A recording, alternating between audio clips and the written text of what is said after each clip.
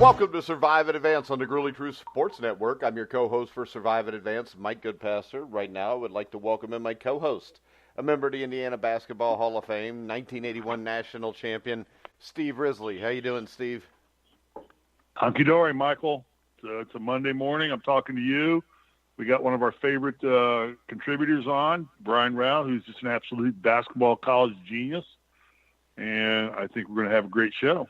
All right. If you noticed, Brian Rauf. Steve's already entered. Yeah, that's what I was going to say because, Brian, every time Steve says, are we having Brian on the show, if he says your last name, he calls you Rauf.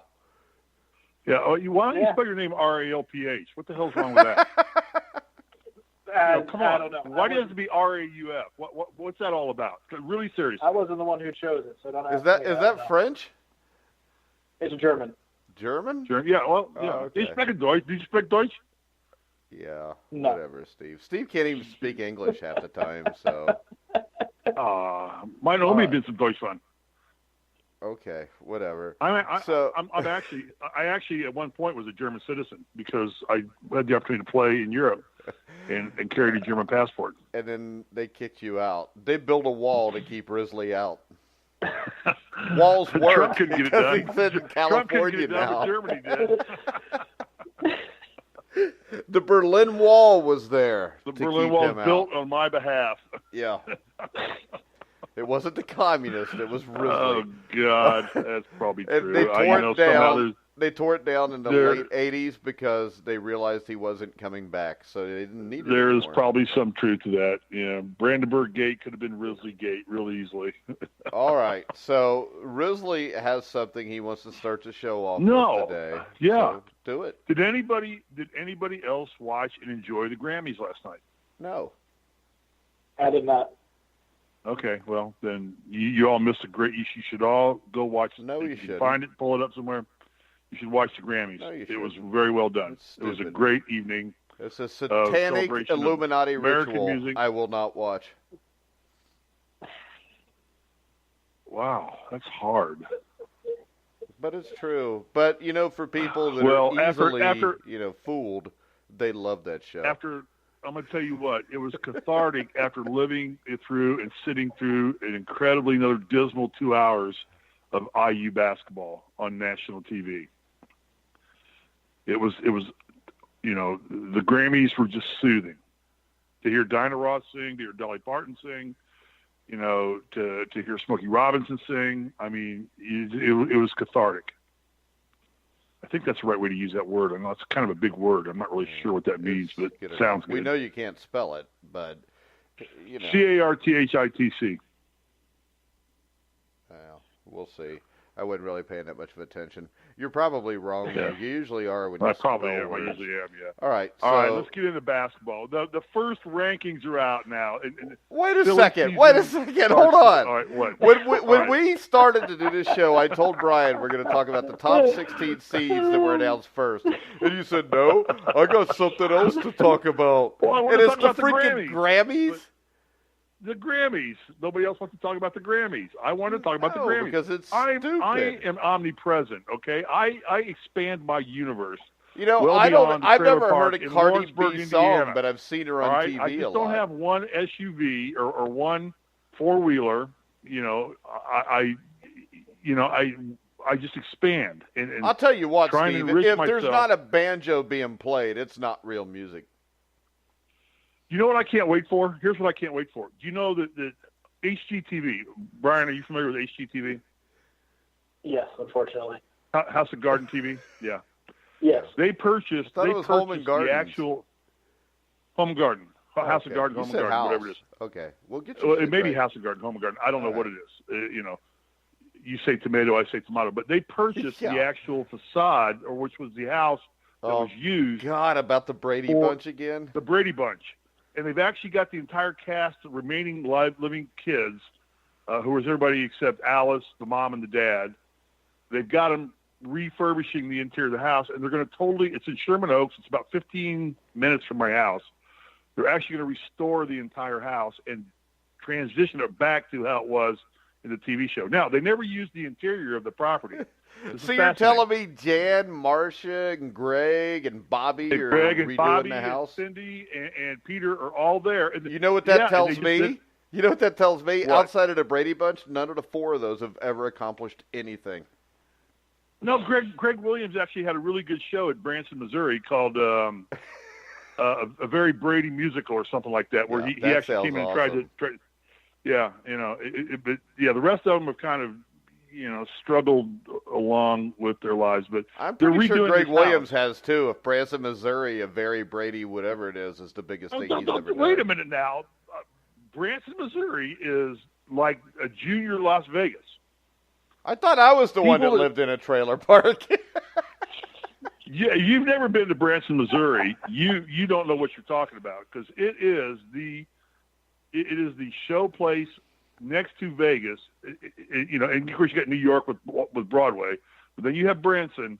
Yeah, because usually right after Broadway, people are saying, "Man, I got to go to Branson now." Donnie and Marie have had a show in Branson. Everybody. Roy Clark had a show in Branson. Marie. Yeah, you're giving me all old people that are irrelevant anymore. Kind of like you. Are we going to start talking about college basketball? Whenever you want to. But it's kind of cool to watch this house come through, though, and watch them redo it, because they're going to totally make it like it's going to be, a big tourist trap. But I'm going to go see it. This is one of the things I'm going to go do, because I grew up in the Brady Bunch. So did I. And then I was in love with Jan. Marcia. Jan was the ugly one. No, Jan was the gorgeous one. She had the long blonde hair and was beautiful. But Marcia was everybody's hottie. So. All right, I liked Alice. Whatever. Move on. All right, move on. Move on. Go ahead, Steve. Ask your question about the first 16. No, go ahead. Take it over. I've done my damage already. I'm done for the day. Quicker than usual. Usually takes 10 minutes. I know. All right. I'm getting better. I'm getting better at blowing things up. All right. When we look at the top 16 seeds, the way they've got them bracketed, Brian, my question is this. Duke, Tennessee, Virginia, Gonzaga, are you good with those top number one seeds? I am, and I didn't really see anything egregious in the entire top 16. Right now, I don't think you can certainly debate if, Kentucky or Michigan deserve that final number one seed, but I don't think you can argue against Gonzaga. Okay, what I can argue is, where's Villanova in this? It's clear that they said that Villanova was on the 5 line. Like, that last team came down to Wisconsin and Villanova, so Villanova would be the top 5 seed or the number 17 overall seed. And it was clear to this point that the committee really put some stock into those non-conference losses that they had that looked really bad. And while they, up until their loss of Marquette over the weekend, had that undefeated conference record, none of those wins were overly resounding to necessarily make up for some of those bad losses. And I think that's why they were kept off the 4-seed line. All right, Steve. The whole thing to me is that I'm not a proponent of any of this stuff, because it's all speculation right now. Teams are going to get beat. Things are going to change. I think it's okay the way it lays out the first time around. I really wish the NCAA wouldn't come out and put this out, because this is from the NCAA seating committee, and it's their first kind of mock model. So I wish they wouldn't do that. I think it's enough speculation that we have, Fansided do it, we have Grilling Truth do it, and we have all the speculators do it. But I kind of really wish the NCAA would just keep their mouth shut and just say, you know what, we're not saying anything until it's time to pick the teams. And because this is going to change. Virginia's already lost. They lost to Duke. And I right now would probably put Kentucky ahead of Virginia. But what does it matter? I mean, because Kentucky and Tennessee are probably going to play each other again at some point in time, I guess. If Tennessee wins a game, then you drop Kentucky back down. So it's all just speculation to me. I'm not a big fan of these polls, these rankings, and things like that, especially by the NCAA. I personally like the transparency of it, so teams know sort of where they stand in the committee's eyes, because in the end, the committee's rankings are the ones that matter. But I'd prefer if they did this for the bubble teams, as opposed to the top 16 teams. The top 16 all know that they're pretty much in no matter what. And, yeah, it's good to know that Gonzaga is viewed as the fourth number one seed. So if Gonzaga wins out, no one should be surprised if they get that fourth number one. Or, that they seem to really value the Big Ten because they have 4 Big Ten teams in that top 16. But I think there's more – if they're doing this, there's more value in it to me with the bubble teams, knowing where they stand with a month to play, as to the top 16 teams and where exactly they are, since all those teams are going to be in anyway. Yeah, but then again, we all know this. We know that the top 16 seeds are usually the big schools. Their people will eat this up. And the teams that are on the bubble, they want to keep that as a surprise for the NCAA selection show. Yeah, that's very true. I just think, it'd be more helpful. Yeah, if it would accomplish, I think, more of its goal if that was what it was, though. But, it's a very valid point. Well, how about this? Tennessee, outside of the early wins against Louisville and Gonzaga, have beaten nobody. Should they really be a number one seed when you look at what they've played? They played basically a MAC schedule over the last, month or two. Well, I think that's why they're not the number one overall seed, and it's why they're not the number one team. In my mind, I still think that's Duke. But you do have to appreciate the fact that their only loss did come to Kansas in overtime, a healthy Kansas team in overtime, and the fact that they've handled their business since then, for the most part, in pretty dominant fashion, the way you'd want a number one, number two, number three team to play against the competition they've played against. I have some reservations about them being the number one overall seed or the number one team in the country until they start playing some better competition, which is going to come in the next couple of weeks, starting Saturday when they play Kentucky at Rupp Arena. But I don't have a problem with them being on the one line at all. Yeah, they got Kentucky twice. They go to LSU, so we're actually going to find out exactly where they belong, I think, these last 6 games, which is always good. Steve? No, you're just proving my point. I think these are just kind of something to sell commercials, sell advertising for. I think it's speculative. I'd kind of like your idea, Mike. I'd rather be debating the bubble teams right now. We're just talking about Indiana. Let's talk about Ohio State. Indiana's not a bubble team. Okay, I think right. They were until yesterday, but then did Ohio State play themselves into a bubble situation by beating Indiana at Indiana? Ohio State would be in right now, I think. I don't know. Correct me if I'm wrong, Steve or Brian. No, I think you're right. I don't disagree with you, but go ahead, Brian. Yeah, no, I was going to say the same thing. I think they're still in a precarious situation, but I would think that they're in right now. Yeah. Okay, and let's get this monster off the table. Is Indiana just done now? Have they lost any opportunity or hope to recover? No, because of the wins they got in non-conference, the win over Marquette, the win over Louisville. Nobody's able to no one else in the bubble at least has those top-end wins. I know there's another one in there too that I'm forgetting because they had 3 that were really high quadrant 1 wins that the committee values. Well, Michigan State, Marquette, and there you go. Louisville. Yeah. Michigan State, Marquette, and Louisville. Those are ones that other bubble teams don't have on the resume. So I think Indiana's out right now, but I don't think they're too far out simply because of those wins. Should they be further out? I think so. I think I don't think you can go on a run like this where you lose 9 of 10 and still be in serious consideration. But with how weak the bubble is this year, those wins are going to carry a lot more weight. So if they do somewhat turn things around, I can see them getting in. Well, and let's just use Indiana as an example right now, and not necessarily focusing, but here's a team. What can they absorb for the rest of the season? How many losses can a team like Indiana or any other bubble team that's in that boat? How many more losses can a team like that absorb, and what do they have to do to play themselves back in it, in your eyes? And this is not just about Indiana; it's about any team that's in that same boat. Right. It's about Indiana, Brian. Go ahead. Well, I don't think there's any set number of losses. I depending on the team, the schedule they face, it's a matter of beating the teams that you should beat, not suffering that terrible loss, and then getting 1 or maybe even 2 wins over those type teams like Louisville, Marquette, and Michigan State, those real resume-boosting wins that can differentiate your resume from the other resumes on the bubble. We've seen in the past, I think Alabama got in last year with, 14 or 15 losses because they didn't have a whole bunch of terrible losses on their resume. Good losses. They took care for the most part of the teams they should have taken care of. Their losses were to better teams, but they had a couple of those big wins that put them over the edge.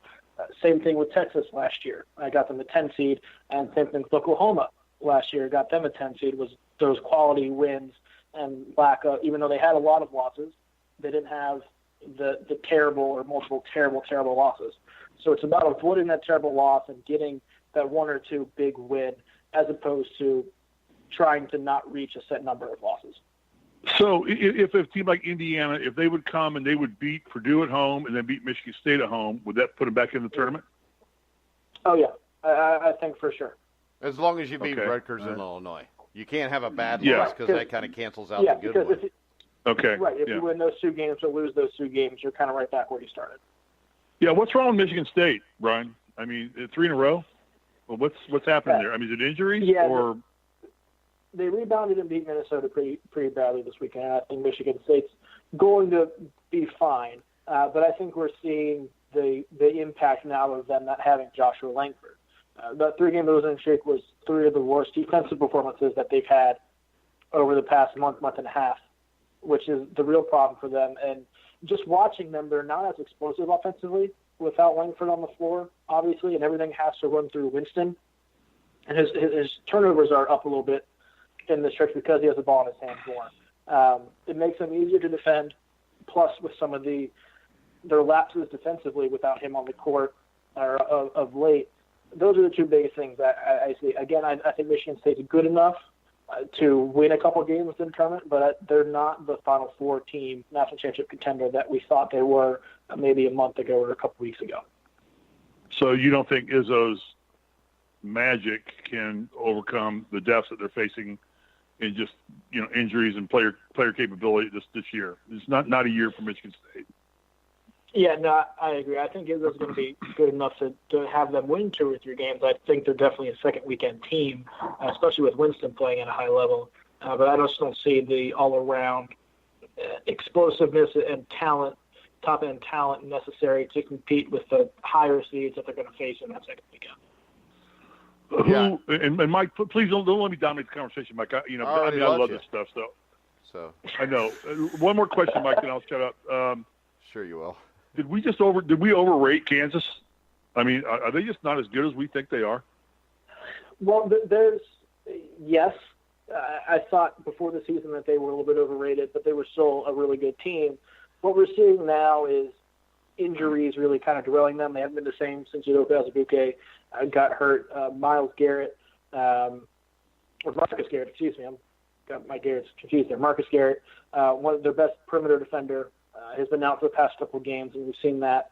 And now with Gerald Vick on his leave of absence as well, anytime you lose 3 starting caliber players like that, the impact of it's going to be felt.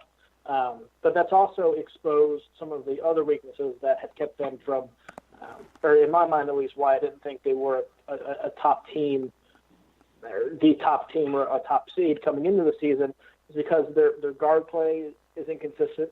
They have freshmen running their 2 guard spots, and neither of them have been consistently productive. Quentin Grimes, in particular, has sort of fallen off really since the start of the season, since that first game against Michigan State.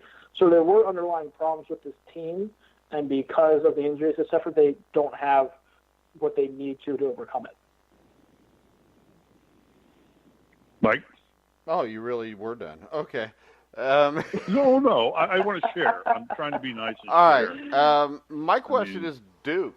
I mean, if Cam Reddish shoots the way he did against Virginia, I mean, I don't know if we can talk about anybody else being a national contender, because this team, especially if Reddish is playing well, this team, I think, could be possibly unbeatable, because defensively they've gotten a lot better since the start of the season. You already got, Barrett, you got Zion Williamson. I mean, this team's loaded. They are. And I've made a distinction with them in the past. The three-point shooting has been their Achilles heel really all season. That was the one area you could beat them in. We saw Syracuse do that with their zone, especially made them shoot over it, and Duke couldn't do it.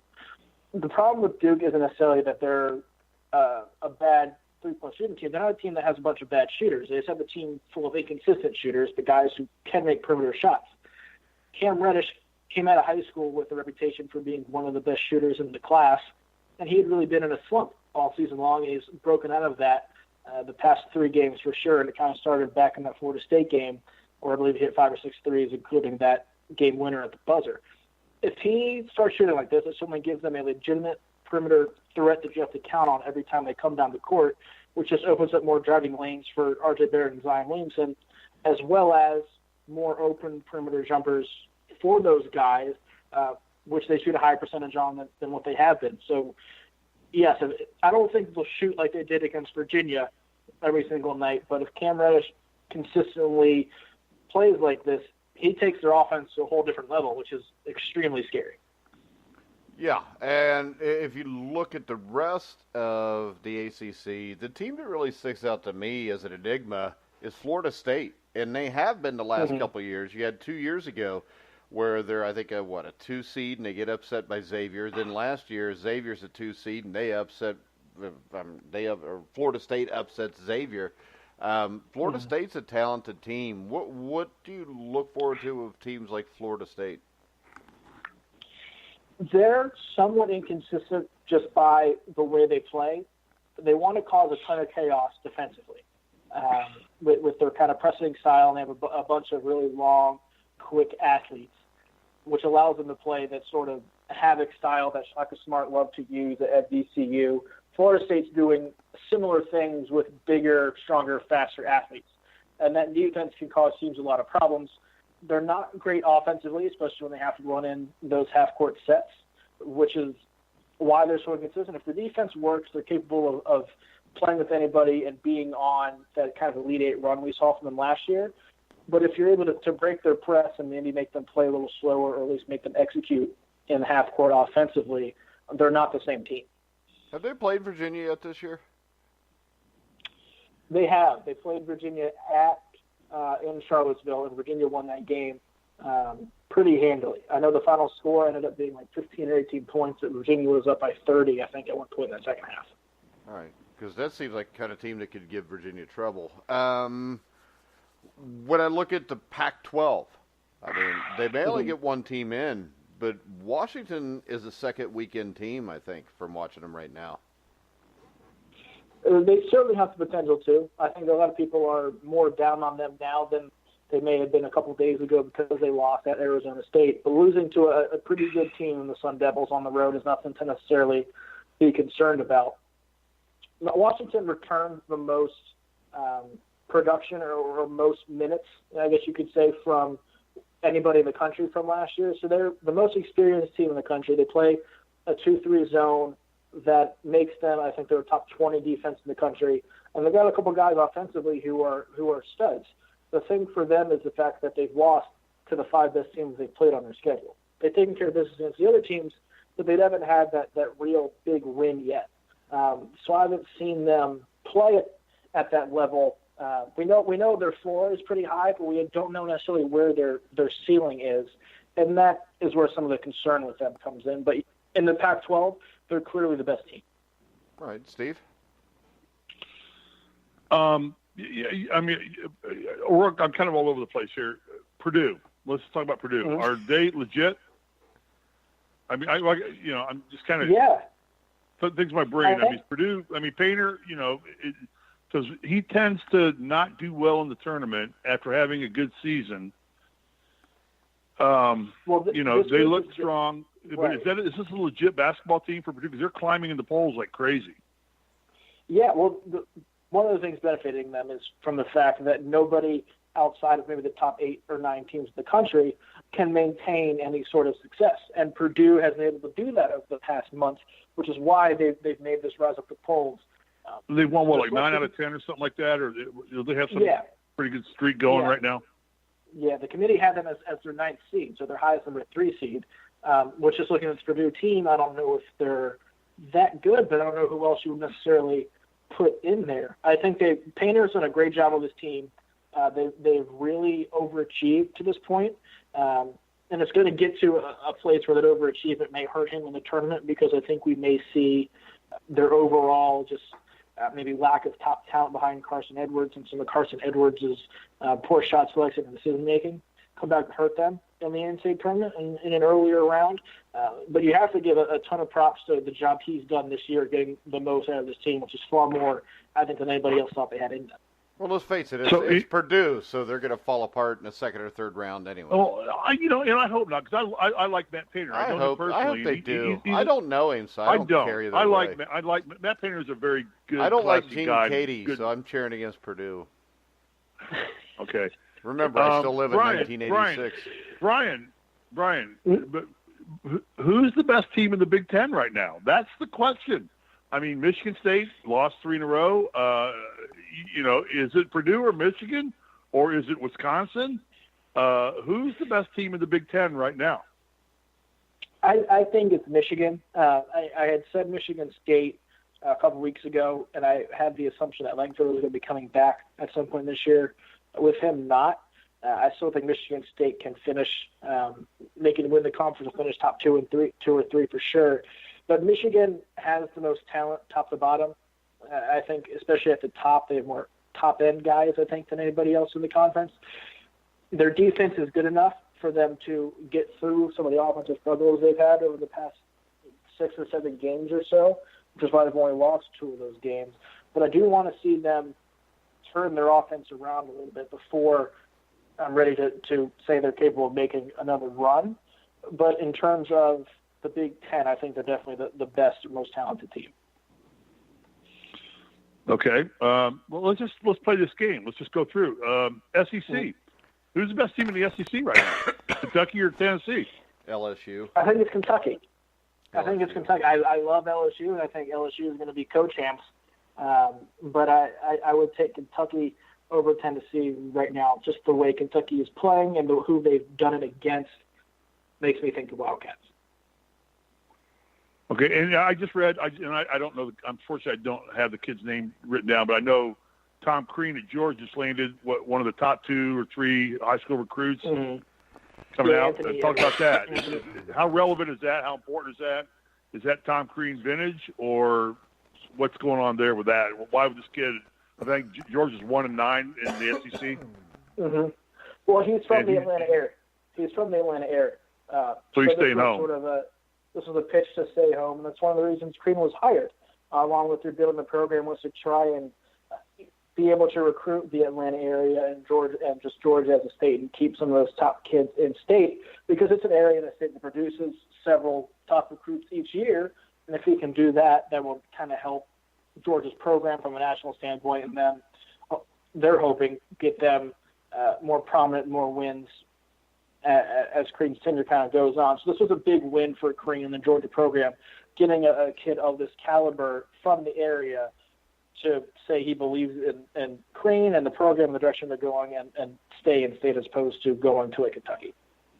Does this make them, because, Crean was not very well known in Indiana. He didn't recruit a lot of Indiana players. That was the big downfall. One of the big things is he let, a lot of guys leave Indiana that the Hoosier Nation thought he should be recruiting. So does this make Georgia a little more relevant? Does this strengthen the SEC a little bit? Does it make Georgia kind of like a team you got to kind of keep an eye on right now? Or, can one player – we've seen Romeo Langford not really have that effect on Indiana. As great a player as we think he is, Indiana has not really benefited from his skills for various reasons.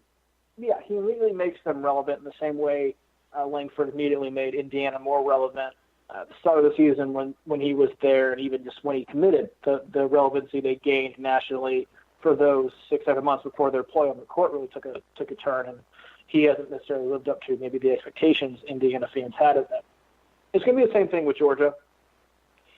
This raises their profile nationally because they're able to get one of these guys. If he's a good player, people are going to want to tune in and see how he's doing. But all of that's going to go away if they don't win. And so that's going to be the thing now, is taking that next step. Can Crean and these kind of players produce on the court? Which he was inconsistent at doing at Indiana after a 9-year run. I mean, he had his moments. He definitely, he put 3 teams in the Sweet 16. But, we had a pretty ugly basketball show last night after the game. And I think there's probably a lot of Hoosier Nation that says maybe getting rid of Tom Crean was a mistake at this point in time.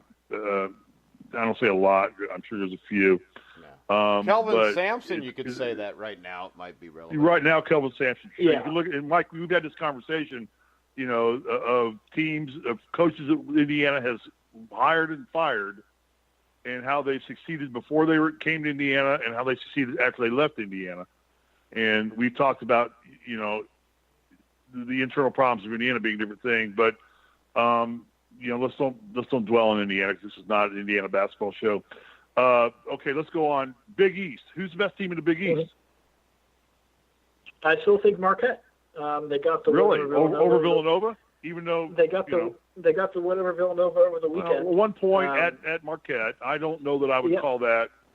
And I watched the last seconds of there, and Marquette or Villanova had a chance to win that game. They just didn't hit the shot. Yeah, and they had a legitimate chance to win the game. Marquette was up for most of that game and had a decent lead before Villanova kind of came back in the final minutes and made it a 1-point game. And you got to give Villanova a ton of credit for that. But so far, Marquette's only losses have come against St. John's, who have proven to be just a bad matchup for them. And so I'm leaning more towards those losses being a result of a bad matchup as opposed to any necessarily signals that Marquette is worse than overall than St. John's. I love Villanova, but that Marquette team can shoot the ball and they can play defense. They're real good. Yeah, no, it's close. I mean, it's close. I mean, I'm just saying Jay Wright to me is the deciding factor.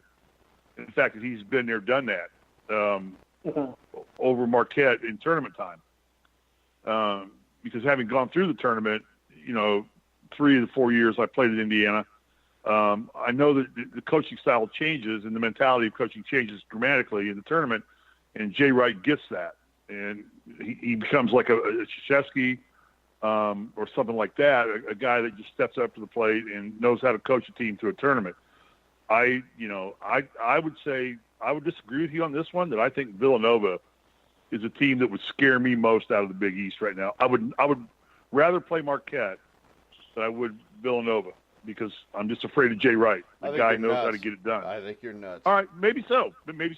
I love Jay Wright. You know that. But I think Marquette's got a really good coach, too. Yeah, I know. You're right. And I respect your opinion. Yeah. Marquette just has 2 kids that, the one we saw against Buffalo, and there was another they got beat by Indiana. Where he they got drilled by Indiana.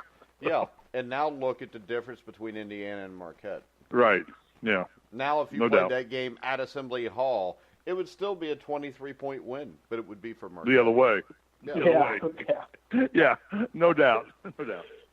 All right, the Pac-12, what the hell's going on out here in the West? I mean, who is there any team willing to? I think you guys are big on Washington State, one of the two. Oh, God. Steve, obviously, once he's not asking questions, is watching Days of Our Lives or The Young and the Restless or I don't know. Well, I don't, I mean, I live out here, and there's is there anybody that's capable of making a dent in the tournament out of the Pac-12?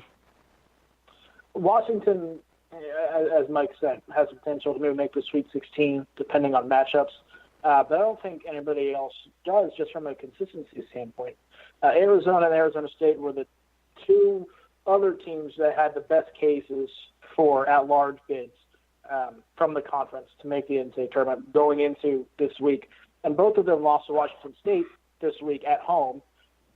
And Washington State is one of the 2 worst teams in the conference by a considerable margin. So that's the kind of terrible loss that could take a team off a bubble. And I think definitely did that with Arizona. I think Arizona's done. And I think put Arizona State from the right side of the bubble to the wrong side of the bubble. Does that mean Sean Miller's done? It would not be surprising to me with all of the NCAA stuff going on there, the FBI investigation, and then they just fired another assistant coach, which has some other connotations. Now he's a guy who's had 2 assistant coaches from his staff fired for NCAA violations. One NCAA violation, one FBI investigation for the last 2 years. And now that the on-court product is nowhere near up to par for Arizona, I would not be shocked to see him let go. Doesn't Dayton have an opening for head coach?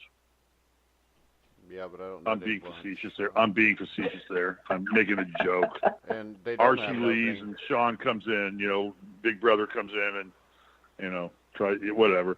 What's really funny, though, I think Archie's going to be fine in Indiana. You got to give Archie time. There's no problem with Archie Miller right now in Indiana. It's the problem's above Archie Miller. Yeah. But that's another show, another discussion we'll have. Right. But it's really funny because on my cable system out here, I have the Pac-12, the SEC, and the Big Ten, kind of all like 381, 382, and 383 on your cable system. I never go to the Pac-12. I watch either the SEC because I want to see Tennessee and Kentucky play, and I want to see LSU play, and I still am becoming more of a Tom Crean fan again after watching probably what he had to endure at Indiana. And then you watch the Big Ten, obviously, because it's my school. So there's no interest out here in the Pac-12 at all. Who is the heir apparent or lead to be the new UCLA coach? It doesn't sound like it's going to be Bartow. No, it's not, and it's been kind of quiet since they made that move. Yeah, it's been real quiet out here. It's been really real quiet. UCLA is planning on going after some of the top names in the sport, even if they already have a job. I know their dream would be to get Billy Donovan away from the Thunder, but that's not happening. They're gonna try and figure that out, but that's not happening. They're gonna go after some other top coaches at top schools. Greg Marshall might be one, but the names that keep coming up in the forefront are Earl Watson and Fred Hoiberg. Those I still think are the two to watch. We'll hear about UCLA going after some real big names that probably have no chance of leaving and going to UCLA. But those are the guys they're going to go after, and then I think we'll see them eventually settle on Watson or Hoiberg. Well, let me throw him out there. Mark Few. No. He's someone they're definitely going to call. I don't think Few is going to go. But I don't think he's going to go either. Yeah, I think he's in Utopia. I think he's got he's got life by the kahunas where he's at right now. He's winning. He's got a great program. He's under a less amount of pressure than what Alford was under out here, or what any UCLA coach is going to be under. But is there anybody that's ever going to succeed at UCLA again, or is just the monster of John Wooden and the 11 championships just too much for anybody to overcome? Is it really just a hell? No. People are going to succeed. We saw Ben Howland go to 3 straight Final Fours in the last decade. I mean, it's still a program that carries a lot of weight nationally, especially on the West Coast. It's the basketball school still on the West Coast. And you just got to kind of have the right fit in there. Even when Alford was hired, there are people questioning his actual on-court coaching ability. They knew his ability to recruit, but there are people questioning his on-court coaching ability. And I think the Howland thing had run its course after that run where they made all those Final Fours in a row. It's just about identifying the right guy. Yeah. All right. So we're Big out. 12. Well, Big 12. Who's the best team in the Big 12? I thought we Big did 12. The Big 12. Right now, I'd say Kansas State. They're healthy now. Their offense is still a bit inconsistent, which is why they lost at Texas A&M last weekend. But their defense is still top notch. Their offense is good enough on a normal basis. And with the inconsistencies of other teams like Texas Tech and Iowa State, especially Kansas, and Baylor coming back down to the pack a little bit, you got to go with Kansas State, I think. Okay, one more conference, and this is to appease Mike. Missouri Valley Conference. Who's the best team in the Missouri Valley Conference? I still think we'll see Loyola Chicago come out of there. Yeah. All right. And they're so still dangerous when you get to the tournament, too. Hey, Indiana State beat Evansville to death this week, so. Okay. All right. Okay. All right, games tonight. We got Virginia, North Carolina. Because I don't have anything I want to talk about, but go ahead. Games tonight. Go for it, Steve. Well, you bring it up, Mike. I think you were going to talk about games tonight because I got a text from you saying, I want to talk about games tonight. I never once texted you in the last hour, Steve. I'm making it up. What do you want to talk about, Mike? No, we're fine. You can go games tonight. I just want to remind everybody that he'll talk about games this week, but Brian will be back on Friday to talk about the weekend games and what's happened this week. He'll start being on every Monday, Friday, up until the tournament. Go ahead, Steve. Well, there's two big games tonight. There's Virginia, North Carolina, and there's Kansas and TCU. So can we just, as we wrap it up, because I know everybody's got other things they need to do, the game's at North Carolina tonight? It's at Chapel Hill? Yeah, it's in Chapel Hill.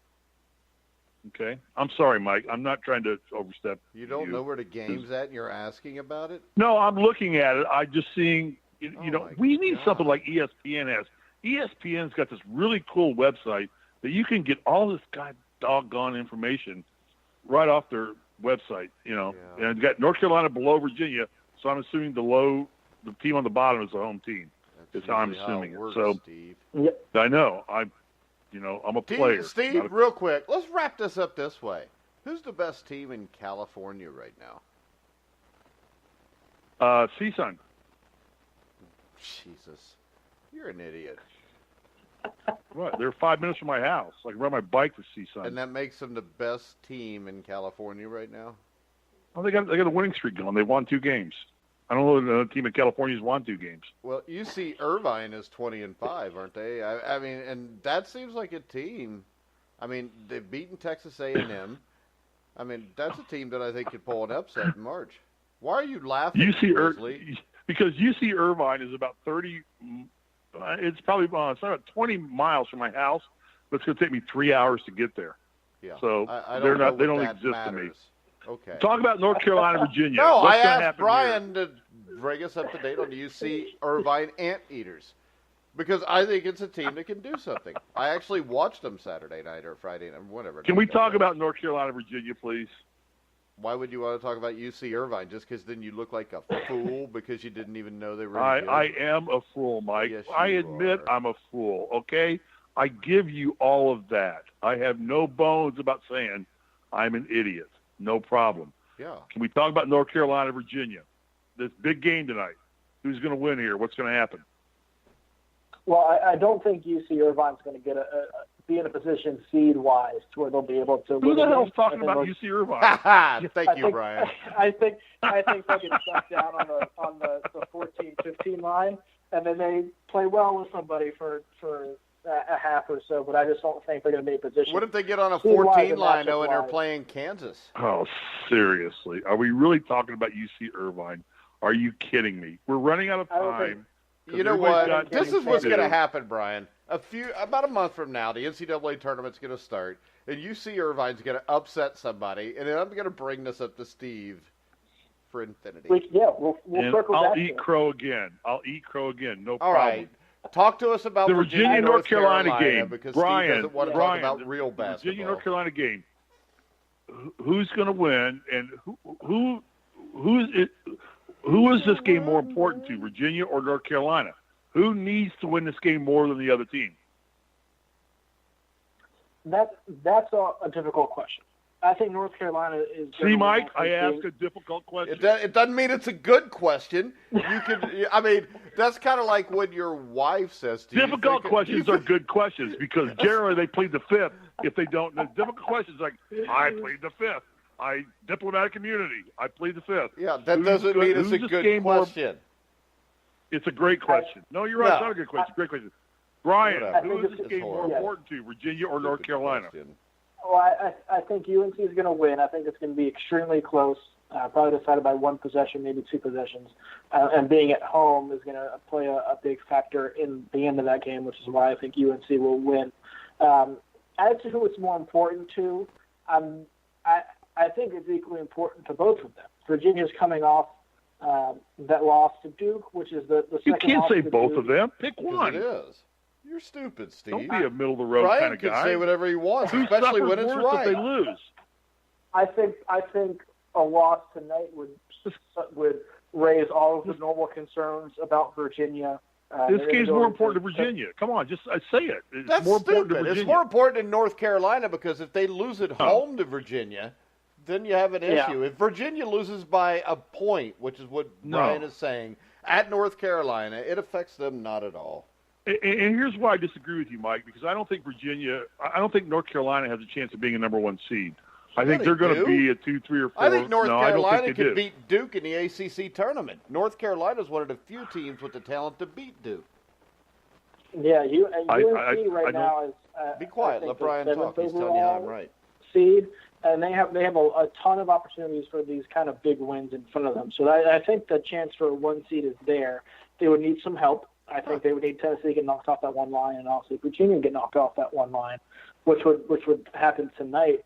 The big thing for UNC is just proving that they can beat this kind of competition and be more consistent with kind of their season, because we thought they were on this huge spurt, and then they had turned a corner, and then over the weekend they go in overtime at home against a Miami team that's not very good. And so I think it's important for UNC to kind of make a statement to the country and then to themselves to prove that they can compete for this level of competition. Virginia needs to win to kind of rub off some of the stink from the losses to Duke and the way they sort of played well but looked clearly overmatched. If they look clearly overmatched again, I think there raises serious concerns about Virginia. Yeah, so it's kind of like Steve when he argues with me. He's clearly overmatched, and it causes concern for everybody. There's no doubt, Mike. Yeah, I know. I think the stink that lives with Virginia still is from University of Maryland, Baltimore County, and they're still living that down. And I think that it's more of a fragile situation for Virginia, because I think North Carolina's got staying power and history, and they've got a coach who's been there for a long time, who's a time-tested, proven coach who's won. I think this game is much more critical for Virginia to seed themselves in a good situation in the tournament. I think this would be a more devastating loss to Virginia tonight than it will be than North Carolina. That's just my opinion. I don't think it could be a devastating loss for either team unless one of them gets blown out.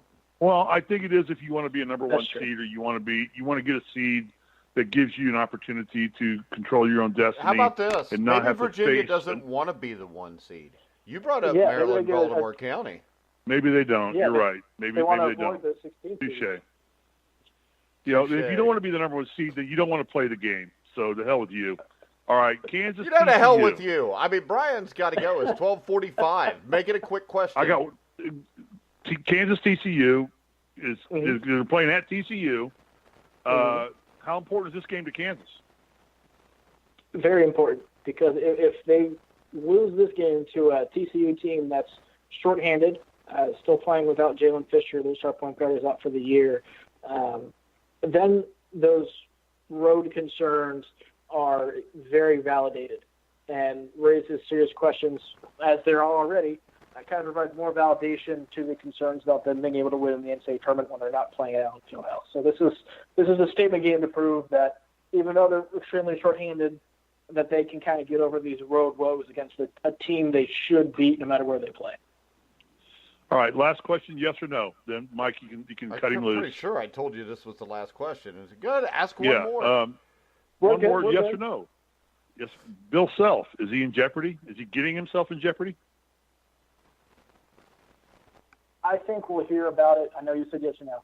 I think we'll hear about it rumblings about it in the offseason, more from NCAA FBI things than actual on-court things. Yeah, there's crap going on there, and he's not producing, and Kansas is underachieving.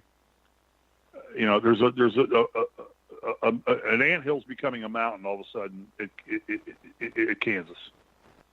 Well, I think you take the on-court stuff out of it because of the fact that they've won 14 of these in a row. I think he definitely gets a 1-year pass. I think there'll be rumblings because of NCAA compliance and FBI stuff more so than the lack of on-court success this year.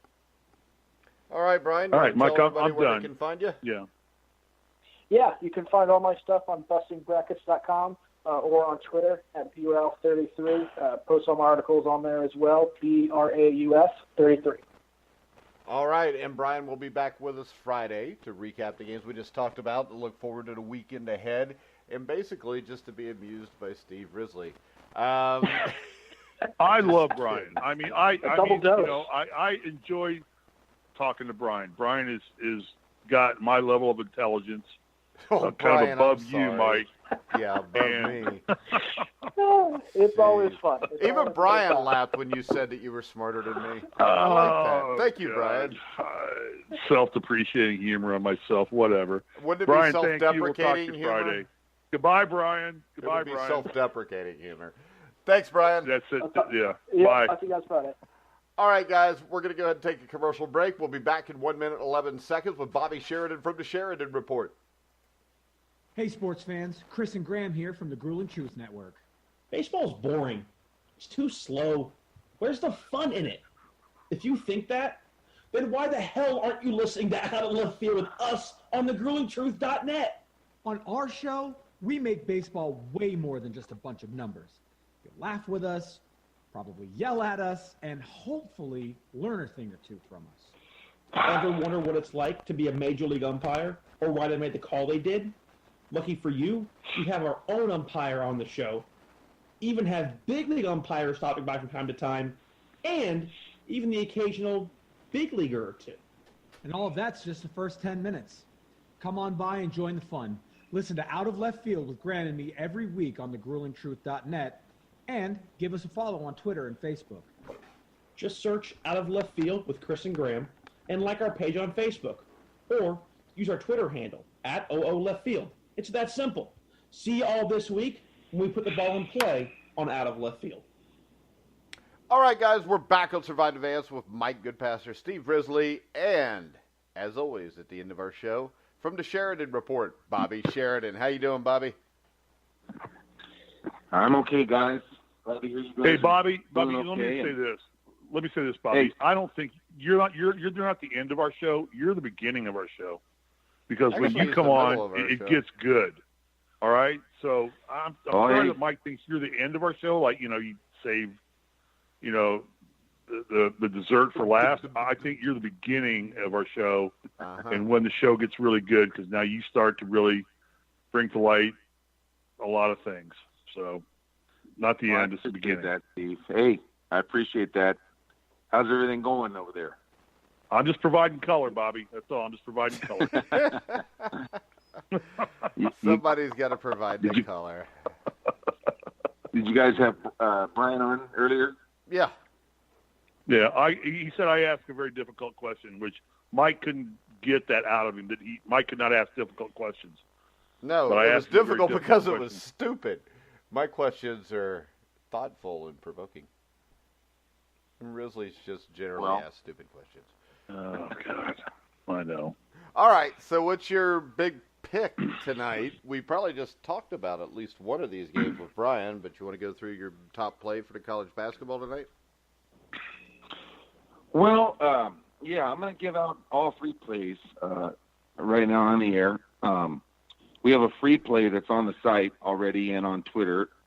Or may not be on Twitter yet, but it's on the site for sure, and that's the Knicks over the Cavs tonight. And that line open 1 on the sheet, and it's up to 1.5, so that you can get the Knicks plus 1.5 over the Cavs. I like that one. And then there's 2 top plays tonight, and one of them in college I won't talk much about right now, but I'll tell you the pick. That's Kansas. Kansas has gone from +2. They're now +3 tonight over TCU. So we got positive line changes in all 3 games, which is fine. But I like seeing that. Kansas is +3 over TCU on the road tonight. So that's a little bit of an upset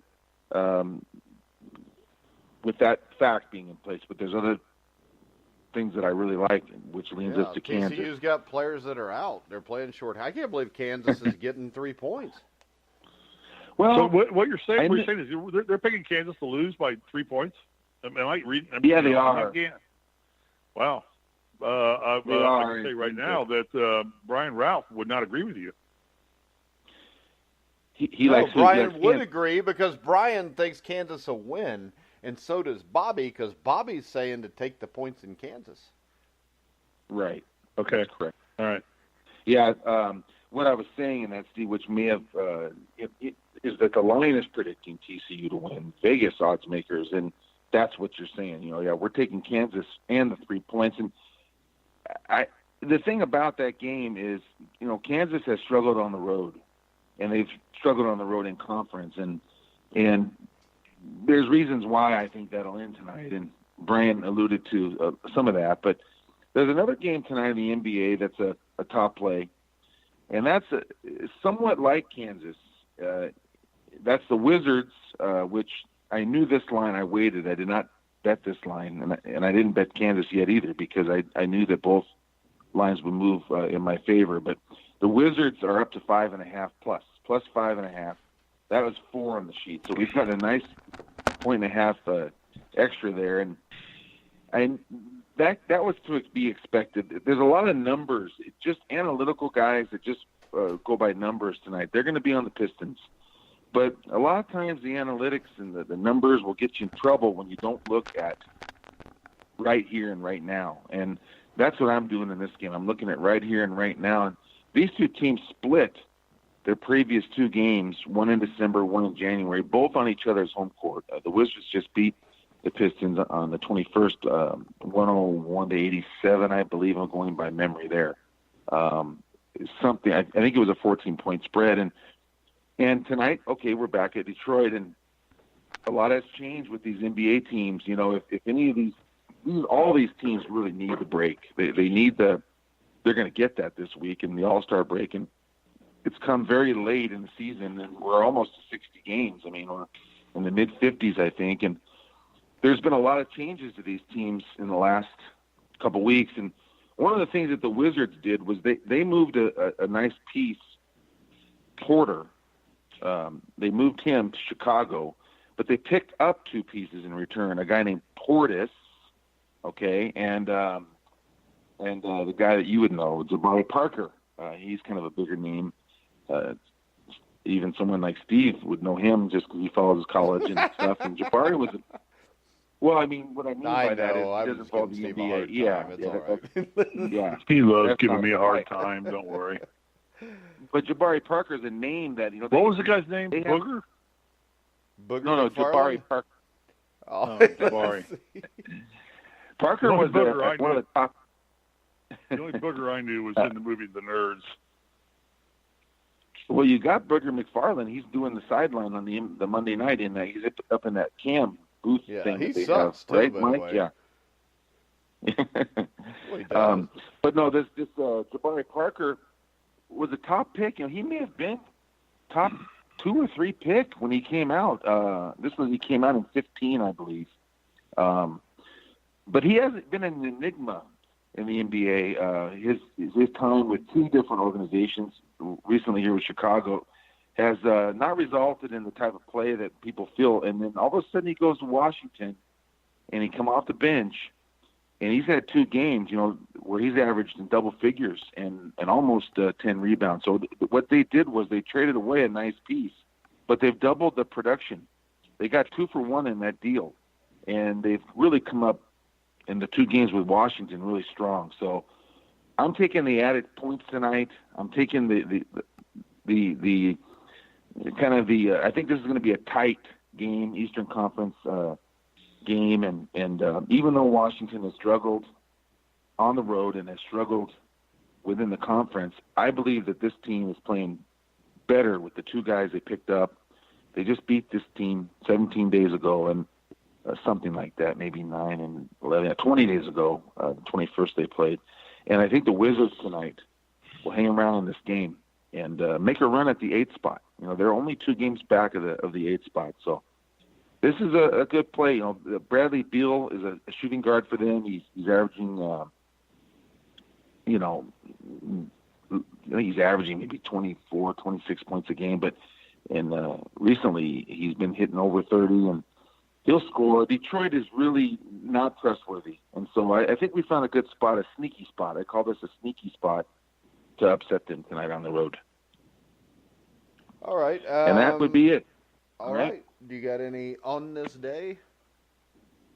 Yeah, on this day, I'm sure, Mike, you know, in the time that you've been on the air, and you've talked about this probably many times, and if you have, then don't get into it. But today's the day in 1990 when Mike Tyson was upset, you know, the 42-1. Everybody knows it. You know, the big. They've done a 30 for 30 on it now, but I remember exactly where I was this day. It was kind of one of those type of matches, and I want you to explain kind of your thoughts on this. But I'm going to tell you where I was. I was still trying to be a baseball player. You know, this was how long ago this was. I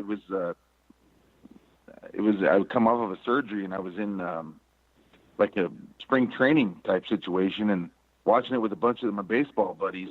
I think we were in Arizona, and you know, this match was something else. You know. Yeah, and the thing I remember is this: it was shown on HBO. And where I lived in Indiana, we still didn't have cable in 1990. Yeah, go ahead and make some That's comments, crazy. Steve. But there was no cable. But my grandma, who lived in downtown Aurora, had HBO illegally because when she moved into her apartment, the cable company didn't turn it off. So I used to go down and watch the fights with her. My dad would go with me. And the thing that sucked about it is for her to let me watch the fights. She'd watch the fights with me, but I had to watch Lawrence Welk on PBS for an hour before the fights came on, you know, because nobody would watch Lawrence Welk with her. So I remember doing that. But the thing that stood out to me here was they fought it at the Tokyo Dome, and it was in front of like 30 or 40,000 people, and there was no crowd noise during the fight. Even when it was knocked out, everybody just sat there respectfully and watched the fight. And the thing about it was Greg Page, I think it was either Greg Page or Oliver McCall, actually knocked Tyson down in training. And, I mean, Mike Tyson to me is the most overrated fighter that ever lived. I mean, he was in 5 fights in his life, and he lost all 5. What I mean by that is this. Every time he fought somebody that stood up to him, he got beat.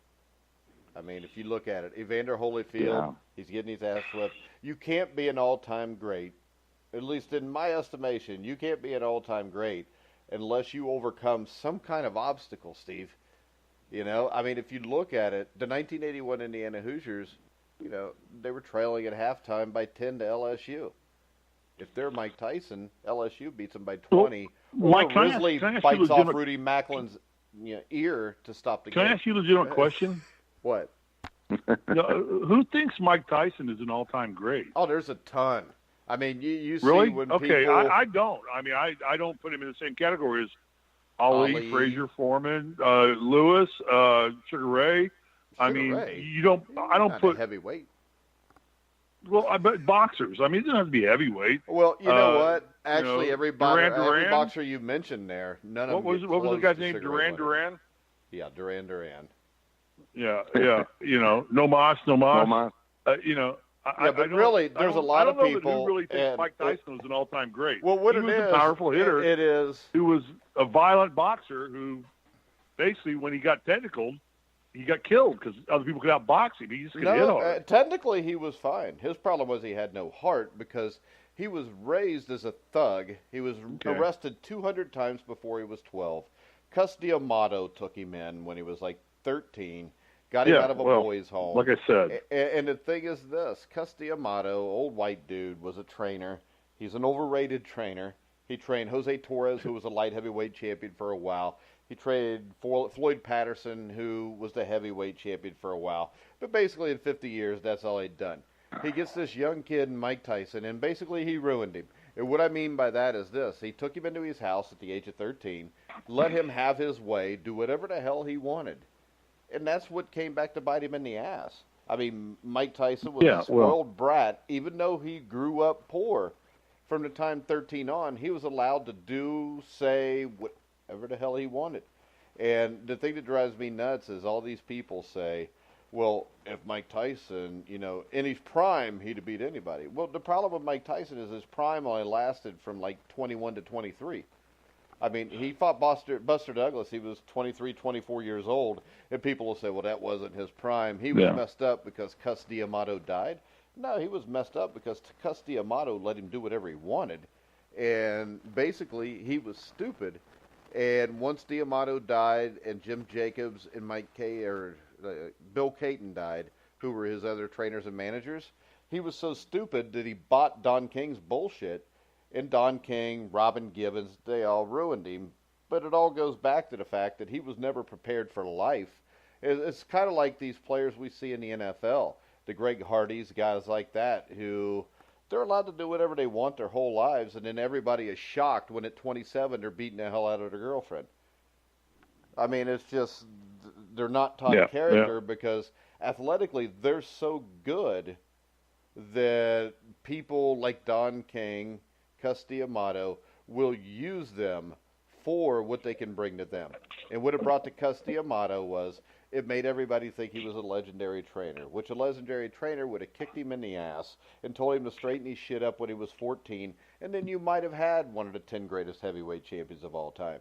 But they didn't. So you ended up with a man who just was a miserable human being, and he still is. I mean, he made over $350 million in his career, and now he's broke. You know, now he is bought because when you're him, like if you're Pete Rose, you could always get money. You could sign your name for an hour and make $50,000.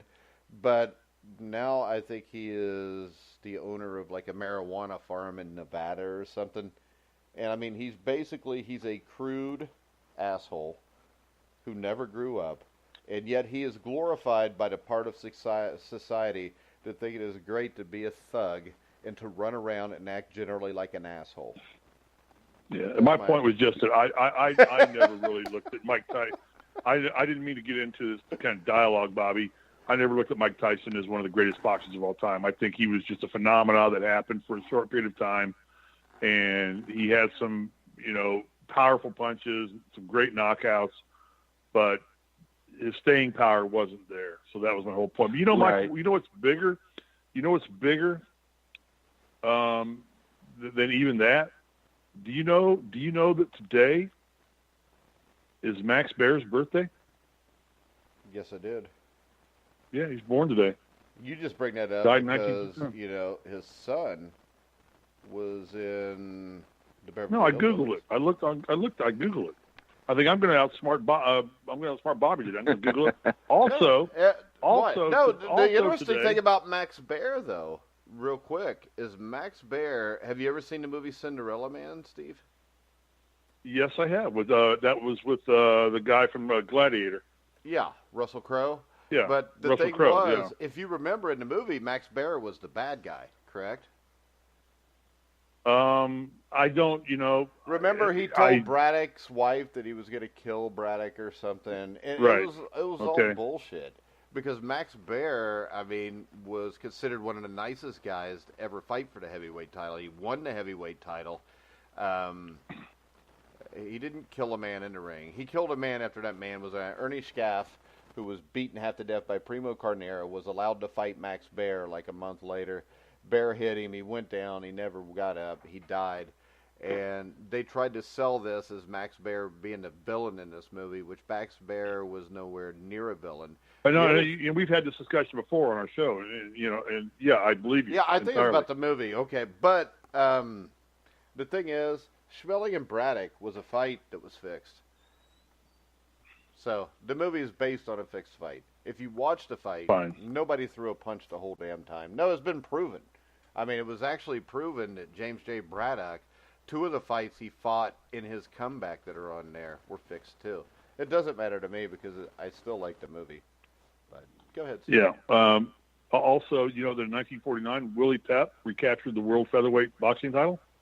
Who did he beat? On this day? I don't know. I don't know. I'm just reading it on, what do you on mean this you day don't in know? sport. You should know that in 1851, the first cricket first-class game in Australia, Tasmania versus Victoria, was played.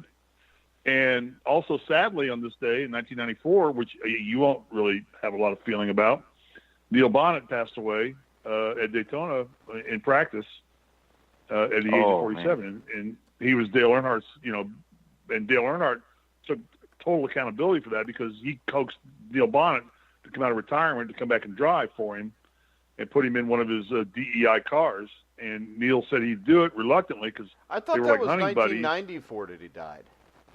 Yeah, 1994. That's what they said. Oh, you said 1984. Yeah, he said 94. No, he said 94. I'm sorry. Okay. It's well, not and the thing is, Neil Bonnet was in Stroker Ace, wasn't he? Yes, he was in the movie Stroker Ace, which is a great movie, which is a really, really good movie.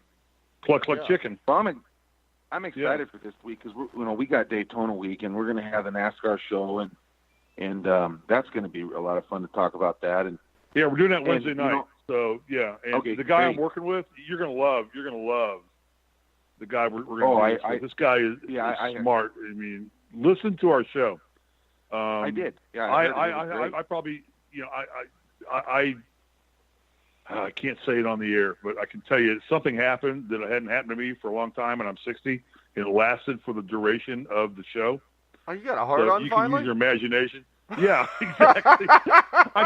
I didn't want to say that, but it was like we talked nonstop NASCAR for 60 minutes, and Alex was a genius, marvelous, and he's insightful, and I know what I'm talking about on NASCAR.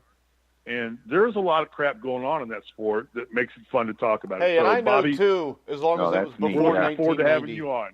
And don't make fun. I know who Neil Bonnet is. So I'm not that's sure what you I do, used Mike. to watch it. You're no he was idiot. part of the Alabama you gang, don't know who Neil wasn't Bonnet is. Yeah, he was part of the Alabama gang, exactly. Yeah. With the Allison brothers, Donnie and Bobby and Davey Allison, all part of the Red Farmer.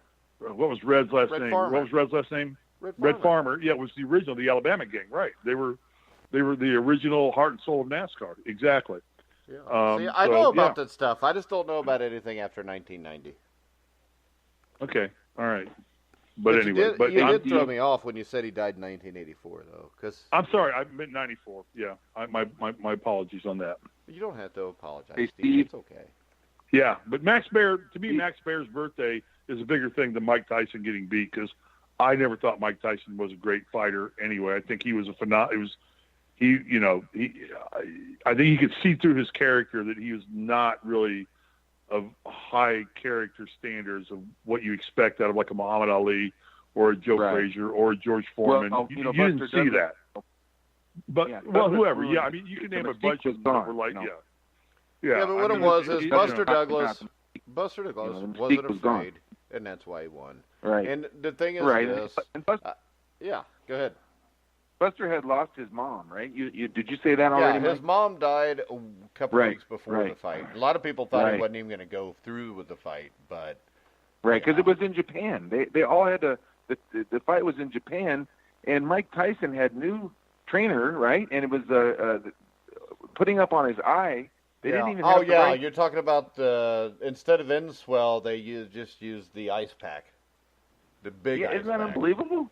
Yeah, that was Aaron Snowell. It was like flopping all over the place. And Aaron Snowell, and I forget who the other guy was. And actually, Aaron Snowell turned into being a pretty good boxing trainer. But the reason that happened with no N-Swell is because Don King didn't get them what was supposed to be there. So it wasn't really on the corner. It was on Don King. And, I mean... Right, but they used some makeshift thing, just to hold ice in it. It's just crazy. The whole thing was crazy, and there's a whole other side of this, which was the 30 for 30 that some people probably watched. It was 42-1. That was the odds, and only one place posted odds in Vegas on that. Yeah, and no place else Sonny would even Vaccaro. give odds. There was a guy that won on that Sonny thing Vaccaro. too, wasn't there? Yeah, there was only one guy, one bookmaker that would take odds, and he was named Sonny Vaccaro. Yeah. And he put it at 40. He put it at 40 to 1. I think it was bet up to 42 to 1.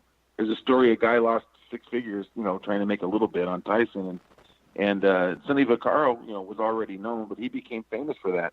You know what I'd rather see? I'd rather see a 30 for 30 on the dude that bet a few $1 million on Mike Tyson to win a couple $100,000 or 10,000. You know what?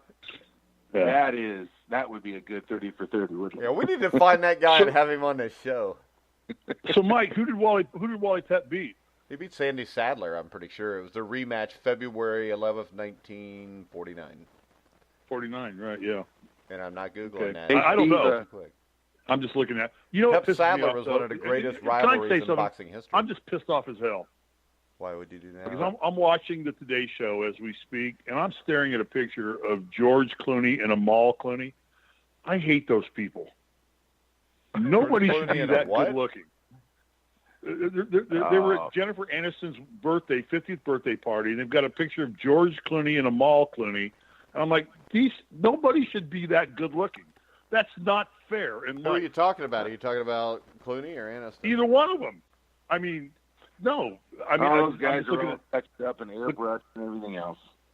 No. His George name Clooney is a stud. Amal Clooney. There's not a guy in the world that doesn't want to be George Clooney. Okay? I don't want to be George And if you Clooney. don't think that's true, oh, hell with you. Why would I want to be George Clooney?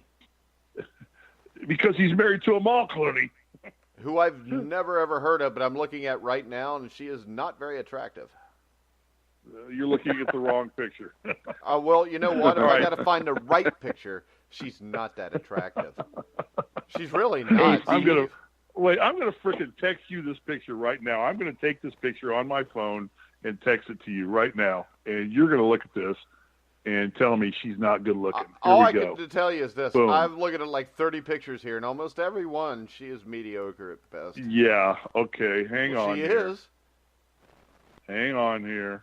Keep talking. Keep How do you talking. spell Go on to Amal? something else. Mike, A-M-A-L. I have no idea. AMAL. Okay. I have no idea. She's not but even an American. He's got all that money, and he can't even marry an American. She's British, so she speaks with a cool accent on top of Oh, everything yeah. else. Nothing cooler than a British accent. yeah, that gets old fast. You know what? If I want to hear a British accent, I will just ask Alexa to talk to me. Okay, wait. Here's my impression. Who am I? Well, let me tell you, Pilgrim. If you fall off your horse, you gotta get back up on it. Well, you sound like a former Indiana bench warmer that's trying to act like John Wayne. Did I get it? You got it. You win. All right. All But right. Amal let me Clooney see. is not that Goodpaster. hot. Agreed, Bobby? Did you look it up yet, Bobby? Oh, wait till you I see haven't this looked picture. it up. No, I haven't looked it up. Why I'm not? gonna You're save supposed that. to Do I look have it your up. phone number? Who, Bobby's? You should. You know, I sent it to Bobby. you. Oh yeah, Steve, I don't you know have if I my have- phone number. All right, hang on here. God damn it. You guys have got me all flustered now. Yeah, that takes a lot. Hey, Phil. Go ahead. Phil Mickelson held on, Steve. Mickelson held on. He won it. Did he win Saw that, yesterday? right?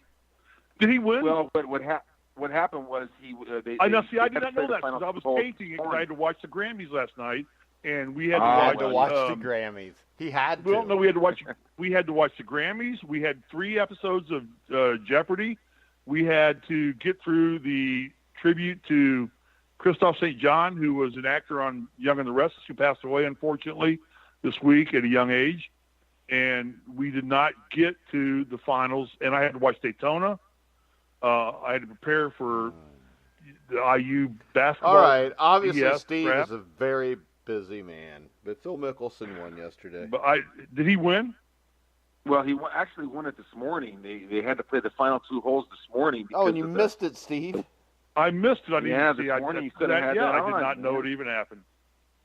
See, if All right, I I was just the sent you owner, guys so a you picture might of have been on Amal one. Clooney. Here, you guys don't think Amal Clooney's good looking? You're nuts. She's all right. Well, yeah, So I just texted it to you. Yeah, that is not Anyway, very hot. so She's pale Phil as Mickelson hell. won. So Phil won this morning. Dadgummit, I missed it. I did not see it. You know what? I bet I taped it. I bet I've got it because I have auto. You know what, It automatically tapes everything on the PGA Tour. That's exciting. All right. You Yeah. want to wrap it up, Bobby? I did. We're going to let you Yeah, wrap wrap it up, Bobby. Yeah. Steve's all over the place today. I am. We'll wrap it up. You know, I intended to talk a little bit about some sports betting. How to Well, go handle ahead. it. Finish it out. It's your time. No. I mean, No. We're gonna go over that during the week. And what I was telling the audience was I had intended to talk about that, but we're going to talk about that Can I ask you one tomorrow question? or Wednesday. And yeah, Okay, Mike, can I ask one question? Because I know you have a doctor's appointment you got to get to, You so, don't and I care. appreciate Go that. ahead. You've already ran us No, 8 one minutes later. question. Go ahead. After the weekend, who's the early odds-on favorite to win Daytona? After watching qualifying, watching the Clash, who's is it Hendrick? Is it JGR? Who's the favorite to win Daytona right now? Odds sitting there right now. well, I had them pulled up, Steve. I was going to give you the exact odds on it, and they've refreshed on my screen just now. You're Darn it. googling. You're googling. No. I had it pulled up, and it was all up to go, and then now they've taken them away, so they must be This updating is or the something. thing, Bobby. Anytime anybody knows anything, Steve assumes they're Googling because that's the only way he ever knows anything. You did not know that Wally Pipp. You did not know that Wally Pipp won a boxing. Yeah, I did. It was Willie his featherweight title. Yeah, I answered right away. Pipp, yeah. It was Willie Pipp. Yeah. Pep, who was the greatest defensive boxer of all time. His nickname was Will of the Wisp. Don't even test me, Risley. I don't need Google to know more than you. Oh, but yeah. So we're gonna wrap the show up because Risley's just gonna freaking. No, because Mike has to go to his doctor's appointment. I have a chiropractor's appointment. But at 4:00, I will be back with a Legends of Boxing show with the first cruiserweight champion of all time, Marvin Camel, who was also the only Native American world champion, lived on a reservation when he was younger. And we will have Marvin on at 4:00 Eastern Time. That should be interesting. Steve, do you want to make any fun? You want to make fun of a Native American just so you can go ahead and absolutely the stereotype of white America? No. All right. Unless we're going to talk about Elizabeth Warren, who claims to be a Native American, but is really not. She is like 1/1,000,000th Native American. That counts, Steve. Leave her alone. All right. She's hideous enough looking that you shouldn't even make fun of her for anything. Just let her look I in the didn't mirror go there. herself. That's bad enough. Well, she's a miserable human being. Because everybody that's a politician is a miserable human being, or they wouldn't be politicians. All right, guys, we're going to wrap this show up. No, wait. We have a NASCAR show we're doing Wednesday night. We're going to preview, before the 125s we're having on Thursday. Bobby's going to come on and kind of handicap because he doesn't have any idea who the favorite is right now, and he's still trying to look it up probably and can't tell us who it is because there's so many things that have happened over the weekend that Bobby doesn't understand it. So that's why Vegas pulled the odds down. I could take an hour and a half and go through that if you want me to, but you don't want me to. So Wednesday night at some point in time, when Bobby's free, we'll have a NASCAR show talking about it with Mike. She's not that hot. Okay, so you guys don't like a Bobby agrees. Wow. Okay, all right.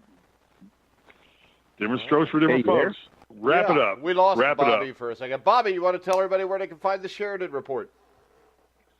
Yeah, go to thesheridanreport.com, or you can follow me on Twitter at Sheridan Report.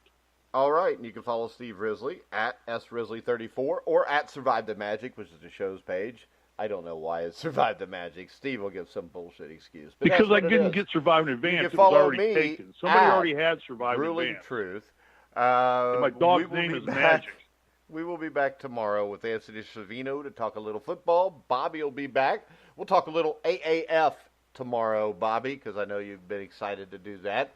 That sounds great. So, Steve, I know you watch the games, but you better Google so you can know what's going on. You can hear all of our shows on iHeartRadio, iTunes, TuneIn, Spreaker, Stitcher, I know YouTube, that Trent Richardson Spotify, had a hell of a wherever game. you find the Grueling Truth. So for Brian Rauf, I can't talk about Trent Richardson, Bobby Sheridan, Trent Richardson, the Colts traded away 12 draft picks. Risley. I'm Mike Goodpaster. For You've been listening to the Grueling Truth, where Amal Clooney is really not that hot. Oh.